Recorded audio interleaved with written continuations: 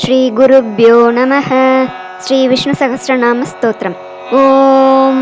शुक्लाम्बरधरं विष्णुं शशिवर्णं चतुर्भुजं प्रसन्नवदनं ध्यायेत् सर्वविघ्नोपशान्तये। यस्य द्विरदवक्त्राद्याः पारिषद्याः परश्शतं विघ्नं निघ्नन्ति सततं विश्वक्सेनं तमाश्रये। व्यासं वसिष्ठनप्तारं शक्तेः पौत्रमकल्मषं पराशरात्मजं वन्दे शुकतातं तपोनिधिं। व्यासाय विष्णुरूपाय व्यासरूपाय विष्णवे नमो वै ब्रह्मनिधये वासिष्ठाय नमो नमः। अविकाराय शुद्धाय नित्याय परमात्मने सदैकरूपरूपाय विष्णवे सर्वजिष्णवे। यस्य स्मरणमात्रेण जन्म संसारबन्धनात् विमुच्यते नमस्तस्मै विष्णवे प्रभविष्णवे। ॐ नमो विष्णवे प्रभविष्णवे। श्रीवैशम्पायन उवाच श्रुत्वा धर्मान् शेषेण पावनानि च सर्वशः युधिष्ठिरः शान्तनवं पुनरेवाभ्यभाषत। युधिष्ठिर उवाच किमेकं दैवतं लोके किं वाप्येकं परायणं स्तुवन्तः कमर्चन्तः प्राप्नुयुर्मानवाः शुभं। को धर्मः सर्वधर्माणां भवतः परमो मतः किं जपन् मुच्यते जन्तुर्जन्म संसारबन्धनात्। श्रीभीष्मोवाच जगत्प्रभुं देवदेवमनन्तं पुरुषोत्तमं स्तुवन्नाम सहस्रेण पुरुषः सततोत्थितः तमेव चार्चयन् नित्यं भक्त्या पुरुषमव्ययं ध्यायन् स्तुवन् नमस्यांश्च यजमानस्तमेव च। अनादिनिधनं विष्णुं सर्वलोकमहेश्वरं लोकाध्यक्षं स्तुवन्नित्यं सर्वदुःखातिगो भवेत्। ब्रह्मण्यं सर्वधर्मज्ञं लोकानां कीर्तिवर्धनं लोकनाथं महद्भूतं सर्वभूतभवोद्भवम्। एष मे सर्वधर्माणां धर्मोऽधिकतमो मतः यद्भक्त्या पुण्डरीकाक्षं स्तवैरर्चेन्नरः सदा। परमं यो महत्तेजः परमं यो महत्तपः परमं यो महद्ब्रह्म परमं यः परायणम्। पवित्राणां पवित्रं यो मङ्गलानां च मङ्गलं दैवतं देवतानां च भूतानां यो व्ययः पिता। यतः सर्वाणि भूतानि भवन्त्यादियुगागमे यस्मिंश्च प्रलयं यान्ति पुनरेव युगक्षये। तस्य लोकप्रधानस्य जगन्नाथस्य भूपते विष्णो नाम सहस्रं मे शृणु पापभयापहं। यानि नामानि गौणानि विख्यातानि महात्मनः ऋषिभिः परिगीतानि तानि वक्ष्यामि भूतये। ऋषिर्नाम्नां सहस्रस्य वेदव्यासो महामुनिः छन्दोनुष्टुप् तथा देवो भगवान् देवकीसुतः। अमृतांशूद्भवो बीजं शक्तिर्देवकीनन्दनः त्रिसामा हृदयं तस्य शान्त्यर्थे विनियुज्यते। विष्णुं जिष्णुं महाविष्णुं प्रभविष्णुं महेश्वरम् अनेकरूपदैत्यान्तं नमामि पुरुषोत्तमम्। अस्य श्रीविष्णोर्दिव्यसहस्रनामस्तोत्रमहामन्त्रस्य श्रीवेदव्यासो भगवान् ऋषिः अनुष्टुप् छन्दः। श्रीमहाविष्णुः परमात्मा श्रीमन्नारायणो देवता अमृतांशोद्भवो भानुरिति बीजं देवकीनन्दनः स्रष्टेति शक्तिः उद्भवः क्षोभणो देव इति परमो मन्त्रः। शङ्खबृन्नन्दकी चक्रीति कीलकं शार्ङ्गधन्वा गदाधर इत्यस्त्रं रताङ्गपाणिरक्षोभ्य इति नेत्रं त्रिसामा सामगः सामेति कवचम् आनन्दं परब्रह्मेति योनिः ऋतुः सुदर्शनः काल इति दिग्बन्धः। श्रीविश्वरूप इति ध्यानं श्रीमहाविष्णुप्रीत्यर्थे सहस्रनाम जपे विनियोगः। ध्यानं क्षीरोदन्वत्प्रदेशे शुचिमणिविलसत्सैकते मौक्तिकानां माला क्लुप्तासनस्तस्फटिकमणिनिभैर्मौक्तिकैर्मण्डिताङ्गः। शुभ्रैरभ्रैरदभ्रैरुपरि विरचितैर्मुक्तपीयूषवर्षैः आनन्दीनः पुनीयादरिनलिन गदा शङ्खपाणिर्मुकुन्दः भूः पादौ यस्य नाभिर्वियदसुरनिलश्चन्द्रसूर्यौ च नेत्रे कर्णावाशा शिरोद्यौर्मुखमपि दहनो यस्य वास्तेयमब्धिः अन्तस्थं यस्य विश्वं सुरनरखगो भोगि गन्धर्वदैत्यैः चित्रं रम्यते तं त्रिभुवनवपुषं विष्णुमीशं नमामि। ॐ नमो भगवते वासुदेवाय। शान्ताकारं भुजगशयनं पद्मनाभं सुरेशं विश्वाधारं गगनसदृशं मेघवर्णं शुभाङ्गं लक्ष्मीकान्तं कमलनयनं योगिहृद्यानगम्यं वन्दे विष्णुं भवभयकरं सर्वलोकैकनाथं मेघश्यामं पीतकौशेयवासं श्रीवत्साङ्कं कौस्तुभोद्भासिताङ्गं पुण्योपेतं पुण्डरीकायताक्षं विष्णुं वन्दे सर्वलोकैकनाथं। नमः समस्तभूतानाम् आदिभूताय भूभृते अनेकरूपरूपाय विष्णवे प्रभविष्णवे सशङ्खचक्रं सकीटकुण्डलं सपीतवस्त्रं सरसीरुहेक्षणं सहारवक्षस्थलशोभिकौस्तुभं नमामि विष्णुं शिरसा चतुर्भुजं छायायां पारिजातस्य हेमसिंहासनोपरि आसीनमम्बुदश्यामम् आयताक्षमलङ्कृतं चन्द्राननं चतुर्बाहुं श्रीवत्साङ्कितवक्षसं रुक्मिणी सत्यभामाभ्यां सहितं कृष्णमाश्रये। हरिः ॐ। ॐ विश्वस्मै नमः। विश्वं विष्णुर्वषट्कारो भूतभव्यभवत्प्रभुः भूतकृद्भूतभृद्भावो भूतात्मा भूतभावनः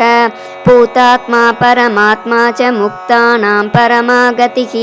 अव्ययः पुरुषः साक्षी क्षेत्रज्ञोऽक्षर एव च योगो योगविदां नेता प्रधानपुरुषेश्वरः नारसिंहवपुः श्रीमान् केशवः पुरुषोत्तमः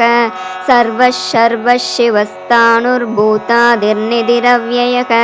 सम्भवो भावनो भर्ता प्रभवः प्रभुरीश्वरः स्वयंभू शम्भुरादित्यः पुष्कराक्षो महास्वनः अनादिनिधनो दाता विदाता धातुरुत्तमः अप्रमेयो हृषिकेशः पद्मनाभो मरप्रभुः विश्वकर्मा मनुस्त्वष्टा स्तविष्टस्तविरो ध्रुवः अग्राह्यः शाश्वतः कृष्णो लोहिताक्षः प्रतर्दनः प्रबोधस्त्रिकगुप्ताम पवित्रं मङ्गलं परम् ईशानः प्राणदः प्राणो ज्येष्ठश्रेष्ठः प्रजापतिः हिरण्यगर्भो भूगर्भो माधवो मधुसूदनः ईश्वरो विक्रमी धन्वी मेधावी विक्रमक्रमः अनुत्तमो दुरादर्शः कृतज्ञः कृतिरात्मवान् सुरेशः शरणं शर्म विश्वरेताः प्रजाभवः अहः संवत्सरो व्यालः प्रत्ययः सर्वदर्शनः अजः सर्वेश्वरः सिद्धः सिद्धिः सर्वादिरच्युतः वृषा कपिरमेयात्मा सर्वयोगविनिसृतः वसुर्वसुमनः सत्यः समात्मा संमितः समः अमोघः पुण्डरीकाक्षो वृषकर्मा वृषाकृतिः रुद्रो बहुशिरा बभ्रुर्विश्वयोनिः शुचिस्रवाः अमृतः शाश्वतस्ताणुर्वरारोहो महातपाः सर्वगः सर्वविद्वानुर्विश्वक्सेनो जनार्दनः वेदो वेदविदव्यङ्गो वेदाङ्गो वेदवित्कविः लोकाध्यक्षः सुराध्यक्षो धर्माध्यक्षः कृताकृतः चतुरात्मा चतुर्व्यूहश्चतुर्दंष्ट्रश्चतुर्भुजः भ्राजिष्णुर्भोजनं भोक्ता सहिष्णुर्जगदादिजः अनघो विजयो जेता विश्वयोनिः पुनर्वसुः उपेन्द्रो वामनः प्रांशुरमोघः शुचिरूर्जितः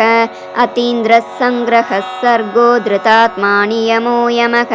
वेद्यो वैद्यः सदा योगी वीरः माधवो मधुः अतीन्द्रियो महामायो महोत्साहो महाबलः महाबुद्धिर्महावीर्यो महाशक्तिर्महाद्युतिः अनिर्देश्य वपुः श्रीमान् अमेयात्मा महादृदृक् महेश्वासो महीभर्ता श्रीनिवासः सताङ्गतिः अनिरुद्ध गोदस्सुरानन्दो गोविन्दो गोविदाम्पतिः मरीचिर्दमनो हंसः सुपर्णो भुजगोत्तमः हिरण्यनाभः सुतपाः पद्मनाभः प्रजापतिः अमृत्युः सर्वदृक्सिंहः सन्दाता सन्धिमान् स्थिरः अजो दुर्मर्शनः शास्ता विश्रुतात्मा सुरारिहा गुरुर्गुरुतमो धाम सत्यः सत्यपराक्रमः निमिषो निमिषस्रग्वी वाचस्पतिरुदारधीः अग्रणीर्ग्रामणि श्रीमान् न्यायो नेता समीरणः सहस्रमूर्धा विश्वात्मा सहस्राक्षः सहस्रपात् आवर्तनो निवृत्तात्मा संवृतः सम्प्रमर्दनः अहः संवर्तको वह्निरनिलो धरणीधरः सुप्रसादः प्रसन्नात्मा विश्वदृग्विश्वभुग्विभुः सत्कर्ता सत्कृतः साधुर्जन्नुर्नारायणो नरः असङ्ख्येयो प्रमेयात्मा विशिष्टः शिष्टकृच्छुचिः सिद्धार्थः सिद्धसङ्कल्पः सिद्धिदः सिद्धिसाधनः वृषाही वृषभो विष्णुर्वृषपर्वा वृषोदरः वर्धनो वर्धमानश्च विविक्तश्रुतिसागरः सुभुजो दुर्धरो वाग्मी महेन्द्रो वसुदो वसुः नैकरूपो बृहद्रूपः शिपिविष्टः प्रकाशनः ओजस्तेजोद्युतिधरः प्रकाशात्मा प्रतापनः रुद्धस्पष्टाक्षरो मन्त्रश्चन्द्रांशुर्भास्करद्युतिः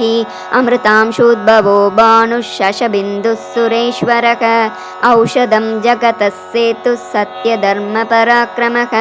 भूतभव्यभवन्नाथः पवनः पावनो नलः कामः कामकृत्कान्तः कामः कामप्रदः प्रभुः युगादिकृत् युगावर्तो नैकमायो महाशनः अदृश्यो व्यक्तरूपश्च सहस्रजिदनन्तजित् इष्टो विशिष्टः शिष्टेष्टः शिखण्डी नहुषो वृषः क्रोधः क्रोधकृत्कर्ता विश्वबाहुर्महीधरः अच्युतः प्रतितः प्राणः प्राणदो वासवानुजः अपान्निधिरधिष्ठानमप्रमत्तः प्रतिष्ठितः स्कन्दस्कन्दधरो दुर्यो वरदो वायुवाहनः वासुदेवो बृहद्भानुरादिदेवः पुरन्दरः अशोकस्तारणस्तारः शूरः शौर्यजनेश्वरः अनुकूलः शतावर्तः पद्मी पद्मनिवेक्षणः पद्मनाभो रविन्दाक्षः पद्मगर्भः शरीरभृत् महर्दिरुद्धो वृद्धात्मा महाक्षो गरुडध्वजः अतुलः शरभो भीमः समयज्ञो हविर्हरिः सर्वलक्षणलक्षण्यो लक्ष्मीवान् समितिञ्जयः विक्षरो रोहितो मार्गो हेतुर्दामोदरः सकः महीधरो महाभागो वेगवानमिताशनः उद्भवः क्षोभनो देवः श्रीगर्भः परमेश्वरः करणं कारणं कर्ता विकर्ता गहनो गुहः व्यवसायो व्यवस्थानः संस्थानस्थानदो ध्रुवः परर्दिः परमस्पष्टस्तुष्टः पुष्टः शुभेक्षणः रामो विरामो विरतो मार्गो नेयो नयो नयः वीरः शक्तिमतां श्रेष्ठो धर्मो धर्मविदुत्तमः वैकुण्ठः पुरुषः प्राणः प्राणदः प्रणवः पृथुः हिरण्यगर्भः शत्रुघ्नो व्याप्तो वायुरधोक्षजः ऋतुः सुदर्शनः कालः परमेष्टि परिग्रहः उग्रः संवत्सरो दक्षो विश्रामो विश्वदक्षिणः विस्तारस्तावरस्ताणुः प्रमाणं बीजमव्ययम् अर्थोऽनर्थो महाकोशो महाभोगो महाधनः अनिर्विण्णस्तविष्टो भूर्धर्मयूपो महामकः नक्षत्रनेमिर्नक्षत्री क्षमः क्षामः समीहनः यज्ञयुज्यो महेज्यश्च क्रतुः सत्रं सताङ्गतिः सर्वदर्शी विमुक्तात्मा सर्वज्ञो ज्ञानमुत्तमं सुव्रतः सुमुखः सूक्ष्मः सुघोषः सुखदः सुहृत् मनोहरो जितक्रोधो वीरबाहुर्विदारणः स्वापनस्ववशो व्यापी नैकात्मा नैककर्मकृत् वत्सरो वत्सलो वत्सी रत्नगर्भो धनेश्वरः धर्मगुद्धर्मकृद्धर्मी सदसक्षरमक्षरम् अविज्ञाता सहस्रांशुर्विधाता कृतलक्षणः गभस्तिनेमिः सत्त्वस्तः सिंहो भूतमहेश्वरः आदिदेवो महादेवो देवेशो देवभृद्गुरुः उत्तरो गोपतिर्गोप्ता ज्ञानगम्यः पुरातनः शरीरभूतभृद्भोक्ता कपीन्द्रो भूरिदक्षिणः सोमपो मृतपः सोमः पुरुजित्पुरुषोत्तमः विनयो जयः सत्यसन्धो दाशार्हः सात्वतां पतिः जीवो विनयिता साक्षी मुकुन्दो मितविक्रमः अम्बो निधिरनन्तात्मा महोदधिशयोऽन्तकः अजो महार्हः स्वाभाव्यो जितामित्रः प्रमोदनः आनन्दो नन्दनो नन्दः सत्यधर्मा त्रिविक्रमः महर्षिः कपिलाचार्यः कृतज्ञो मेदिनीपतिः त्रिपदस्त्रिदशाध्यक्षो महाशृङ्गः कृतान्तकृत् महावराहो गोविन्दः सुषेणः कनकाङ्गदी गुह्यो गभीरो गहनो गुप्तश्चक्रगदाधरः वेदास्वाङ्गोजितः कृष्णो दृढः शङ्कर्षणोच्युतः वरुणो वारुणो वृक्षः पुष्कराक्षो महामणाः भगवान् भगवानन्दी वनमाली हलायुधः आदित्यो ज्योतिरादित्यः सहिष्णुर्गतिसत्तमः सुधन्वाकण्डपरशुर्दारुणो द्रविणप्रदः दिवस्पृक् सर्वदृग्व्यासो वाचस्पतिरयो निजः त्रिसामासामगः सामनिर्वाणं भेषजं भिषक् सन्न्यासकृच्छमः शान्तो निष्ठा शान्तिः परायणं शुभाङ्गः शान्तिदः स्रष्टा कुमुदः कुवलेशयः गोहितो गोपतिर्गोप्ता वृषभाक्षो वृषप्रियः अनिवर्ती निवृत्तात्मा संक्षेप्ता क्षेमकृच्चिवः श्रीवत्सवक्षा श्रीवासः श्रीपतिः श्रीमताम्बरः श्रीधः श्रीशः श्रीनिवासः श्रीनिधिः श्रीविभावनः श्रीधरः श्रीकरः श्रेयः श्रीमाल्लोकत्रयाश्रयः स्वक्षस्वङ्गः शतानन्दो नन्दिर्ज्योतिर्गणेश्वरः विजितात्मा विधेयात्मा सत्कीर्तिश्चिन्न संशयः उदीर्णः सर्वतश्चक्षुरनीशः शाश्वतस्थिरः भूषयो भूषणो भूतिर्विशोकः शोकनाशनः अर्चिष्मानर्चितः कुम्भो विशुद्धात्मा विशोदनः अनिरुद्धो प्रतिरतः प्रद्युम्नो मितविक्रमः कालनेमिनिहावीरः शौरिः शूरजनेश्वरः त्रिलोकात्मा त्रिलोकेशः केशवः केशिका हरिः कामदेवः कामपालः कामीकान्तः कृतागमः अनिर्देश्य वपुर्विष्णुर्वीरोऽनन्तो धनञ्जयः ब्रह्मण्यो ब्रह्मकृद्ब्रह्मा ब्रह्मविवर्धनः ब्रह्मविद्ब्राह्मणो ब्रह्मी ब्रह्मज्ञो ब्राह्मणप्रियः महाक्रमो महाकर्मा महातेजा महोरगः महाक्रतुर्महायज्वा महायज्ञो महाकविः स्तव्यस्तव प्रियस्तोत्रं स्तुतिस्तोतारणप्रियः पूर्णः पूरयिता पुण्यः पुण्यकीर्तिरणामयः मनोजवस्तीर्थकरो वसुरेता वसुप्रदः वसुप्रदो वासुदेवो वसुर्वसुमना कविः सद्गतिः सत्कृतिः सत्ता सद्भूतिः सत्परायणः शूरसेनो यदुश्रेष्ठः सन्निवासः सुयामुनः भूतावासो वासुदेवः सर्वासु निलयो नलः दर्पः दर्पदो दृप्तो दुर्धरोतापराजितः विश्वमूर्तिर्महामूर्तिर्दीप्तमूर्तिरमूर्तिमान् अनेकमूर्तिरव्यक्तः शतमूर्तिः शताननः एकोनैकः सवः कः किं यत्तत्पदमनुत्तमं लोकबन्धुर्लोकनाथो माधवो भक्तवत्सलः सुवर्णवर्णो हेमाङ्गो वराङ्गश्चन्दनाङ्गदी वीरकाविषमः शून्यो घृताशीरश्चलश्चलः अमानीमानदो मान्यो लोकस्वामी त्रिलोकदृक् सुमेधा मेधजो धन्यः सत्यमेधादरादरः तेजो वृषो धृतिधरः सर्वशस्त्रभृताम्बरः प्रग्रहो निग्रहो व्यग्रो नैकशृङ्गो गदाग्रजः चतुर्मूर्तिश्चतुर्बाहुश्चतुर्व्यूहश्चतुर्गतिः चतुरात्मा चतुर्भावश्चतुर्वेदविदेकपात् समावर्तो निवृत्तात्मा दुर्जयो दुरतिक्रमः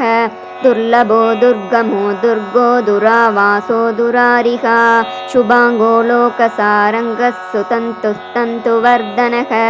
इन्द्रकर्मा महाकर्मा कृतकर्मा कृतागमः उद्भवः सुन्दरः सुन्दो रत्ननाभः सुलोचनः अर्को वाजनसशृङ्गी जयन्तः सर्वविजयी सुवर्णबिन्दुरक्षोभ्यः सर्ववागीश्वरेश्वरः महाह्रदो महागर्तो महाभूतो महानिधिः कुमुदः कुन्दरः कुन्दः पर्जन्यः पावनो निलः अमृताशो मृतवपुः सर्वज्ञः सर्वतोमुखः सुलभः सुवृतः सिद्धः शत्रुजिच्चत्रुतापनः न्यग्रोदोदुम्बरोऽश्वत्थश्चाणूरान्ध्रनिषूदनः सहस्रार्चिः सप्तजिह्वः सप्तैदा सप्तवाहनः अमूर्तिरणगोचिन्त्यो भयकृद्भयनाशनः अणुर्बृहत्कृशस्थूलो गुणर्बृन्निर्गुणो महान् अधृतस्वधृतस्वास्य प्राग्वंशो वंशवर्धनः भारभृत्कथितो योगी योगीशः सर्वकामदः आशमनः शमनः क्षामः सुपर्णो वायुवाहनः धनुर्धरो धनुर्वेदो दण्डो दमयिता दमः अपराजितः सर्वसहो नियन्ता नियमो यमः सत्त्ववान् सात्विकः सत्यः सत्यधर्मपरायणः अभिप्रायः प्रियार्होः प्रियकृत्प्रीतिवर्धनः विहाय स गतिर्ज्योतिः सुरुचिर्हुतभुग्विभुः रविर्विरोचनः सूर्यः सविता रविलोचनः अनन्तो हुतभुग्भोक्ता सुखदो नैकजोऽग्रजः अनिर्विन्नः सदामर्षि लोकाधिष्ठानमद्भुतः सनातनतमः कपिलः कपिरव्ययः स्वस्तिदः स्वस्तिकृत् स्वस्ति स्वस्तिभुक् स्वस्ति दक्षिणः अरौद्रः कुण्डली चक्री विक्रम्यूर्जितशासनः शब्दातिगः शब्दसखः शिशिरः शर्वरीकरः अक्रूरः पेशलो दक्षो दक्षिणः क्षमिनाम्बरः विद्वत्तमो वीतभयः पुण्यश्रवणकीर्तनः उत्तारणो दुष्कृतिका पुण्यो दुःस्वप्ननाशनः वीरः रक्षणः सन्तो जीवनः पर्यवस्थितः अनन्तरूपोऽनन्तश्रीर्जितमन्युर्भयापहः चतुरश्रो गभीरात्मा विदिशो व्यादिशो दिशः अनादिभूर्भुवो लक्ष्मी सुवीरो रुचिराङ्गदः जननो जनजन्मादिर्भीमो भीमपराक्रमः आधारनिलयो दाता पुष्पहासः प्रजागरः ऊर्ध्वगः सत्पथाचारः प्राणदः प्रणवः पणः प्रमाणं प्राणनिलयः प्राणभृत् प्राणजीवनः तत्त्वं तत्त्वविदेकात्मा जन्म मृत्युजरातिगः भूर्भुवस्वस्तरुस्तारः सविता प्रपितामहः यज्ञो यज्ञपतिर्यज्वा यज्ञाज्ञो यज्ञवाहनः यज्ञभृत् यज्ञकृत् यज्ञे यज्ञभुक् यज्ञसाधनः यज्ञान्तकृत् यज्ञगुह्यम् अन्नमन्नादयेव च आत्मयोनिस्वयं जातो वैकानः सामगायनः देवकीनन्दनः स्रष्टा क्षितीशः पापनाशनः शङ्खबृन्नन्दकी चक्री शाङ्गधन्वा गदाधरः रताङ्गपाणिरक्षोभ्यः सर्वप्रहरणायुधः श्रीसर्वप्रहरणायुध ॐ नमः इति वनमाली गती शार्ङ्गी शङ्की चक्री च नन्दकी श्रीमान्नारायणो विष्णुर्वासुदेवोऽभिरक्षतु वनमाली गदी शार्ङ्गी शङ्की चक्री च नन्दकी श्रीमान्नारायणो विष्णुर्वासुदेवोऽभिरक्षतु वनमाली गदी शार्ङ्गी शङ्की चक्री च नन्दकी श्रीमान्नारायणो विष्णुर्वासुदेवोऽभिरक्षतु श्रीवासुदेवोऽभिरक्षतु ॐ नमः इति इतीदं कीर्तनीयस्य केशवस्य महात्मनः नाम्नां सहस्रं दिव्यानाम् अशेषेण प्रकीर्तितं य इदं शृणुयान्नित्यं यश्चापि परिकीर्तयेत् नाशुभं प्राप्नुयात् किञ्चित् सोमुत्रेक च मानवः वेदान्तगो ब्राह्मणस्य क्षत्रियो विजयी भवेत् वैश्यो धनसमृद्धस्य शूद्रसुखमवाप्नुयात् धर्मार्थी प्राप्नुयात् धर्ममर्थार्थी चार्थमाप्नुयात् कामानवाप्नुयात् कामी प्रजार्थी चाप्नुयात् प्रजां भक्तिमान्यः सदोत्थाय शुचिस्तद्गतमानसः सहस्रं वासुदेवस्य नाम्नामेतत् प्रकीर्तयेत् यशः प्राप्नोति विपुलं याति प्राधान्यमेव च अचलां श्रियमाप्नोति श्रेयः प्राप्नोत्यनुत्तमम् न भयं क्वचिदाप्नोति वीर्यं तेजश्च विन्दति भवत्यरोगो द्युतिमान् बलरूपगुणान्वितः रोगार्तो मुच्यते रोगात् बद्धो मुच्येत बन्धनात् भयान्मुच्येत भीतस्तु मुच्येतापन्न आपदः दुर्गान्यतितरत्याशु पुरुषः पुरुषोत्तमं स्तुवन्नाम सहस्रेण नित्यं भक्तिसमन्वितः वासुदेवाश्रयो मर्त्यो वासुदेवपरायणः सर्वपापविशुद्धात्मा याति ब्रह्म सनातनं न वासुदेवभक्तानामशुभं विद्यते क्वचित् जन्म मृत्युजराव्याधि भयं नैवोपजायते इमं स्तवमदीयानः श्रद्धा भक्तिसमन्वितः युज्येतात्मसुखश्रान्ति श्रीधृति स्मृतिकीर्तिभिः न क्रोधो न च मात्सर्यं न लोभो नाशुभा मतिः भवन्ति कृतपुण्यानां भक्तानां पुरुषोत्तमे द्यौसचन्द्रार्कनक्षत्राकं दिशो भूर्मको दधिः वासुदेवस्य वीर्येण विधृतानि महात्मनः ससुरासुरगन्धर्वं सयक्षोरगराक्षसं जगद्वशे वर्ततेदं कृष्णस्य सचराचरम् इन्द्रियाणि मनोबुद्धिः सत्त्वं तेजो बलं धृतिः वासुदेवात्मकान्याहुः क्षेत्रं क्षेत्रज्ञ एव च सर्वागमानामाचारः प्रथमं परिकल्पते आचारप्रभवो धर्मो धर्मस्य प्रभुरच्युतः ऋषयः पितरो देवा महाभूतानि दातवः जङ्गमाजङ्गमं चेदं जगन्नारायणोद्भवं योगो ज्ञानं तथा सांख्यं विद्या शिल्पादिकर्म च वेदाशास्त्राणि विज्ञानमेतत् सर्वं जनार्दनात्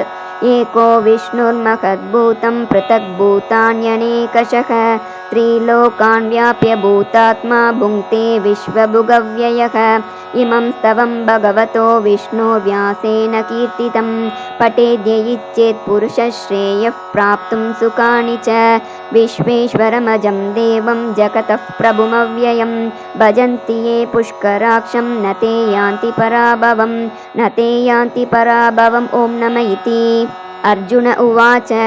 पद्मपत्रविशालाक्ष पद्मनाभसुरोत्तम भक्तानामनुरक्तानां त्राता भव जनार्दन श्रीभगवानुवाच यो मां नाम सहस्रेण स्तोतुमिच्छति पाण्डव सोऽहमेकेन श्लोकेन स्तुत एव न संशयः स्तुत एव न संशय ॐ नम इति व्यास उवाच वासनाद् वासुदेवस्य वासितं भुवनत्रयं सर्वभूतनिवासोऽसि वासुदेव नमोऽस्तु ते श्रीवासुदेव नमोऽस्तु ते ॐ नम इति पार्वत्युवाच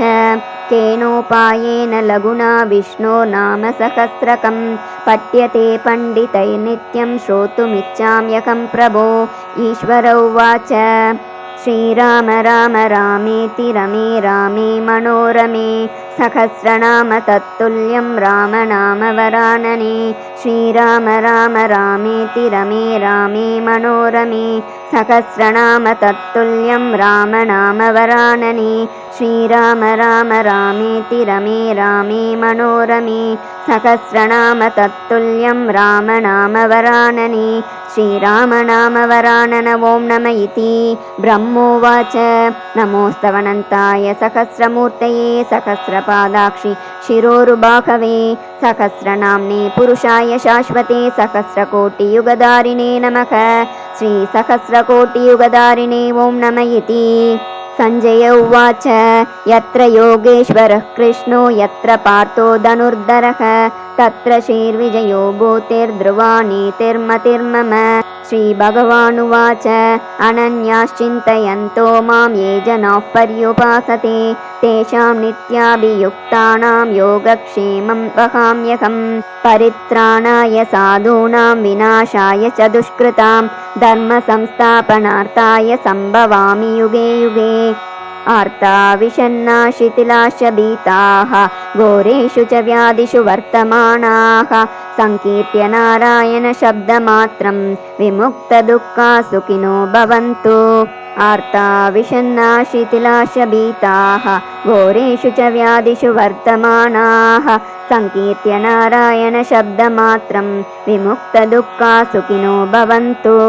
कायेन वाचा मनसेन्द्रियैर्वा बुद्ध्यात्मना वा प्रकृते स्वभावात् करोमि यद्यत् सकलं परस्मै नारायणायेति समर्पयामि। यदक्षरपदभ्रष्टं मात्राहीनं तु यद्भवेत् तत्सर्वं क्षम्यतां देव नारायण नमोऽस्तु ते। विसर्गबिन्दुमात्राणि पदपादाक्षराणि च न्यूनानि चातिरिक्तानि क्षमस्व पुरुषोत्तम। इति श्री विष्णुसहस्रनामस्तोत्रं सम्पूर्णम्। हरिः ओम्। सर्वं श्रीकृष्णार्पणमस्तु।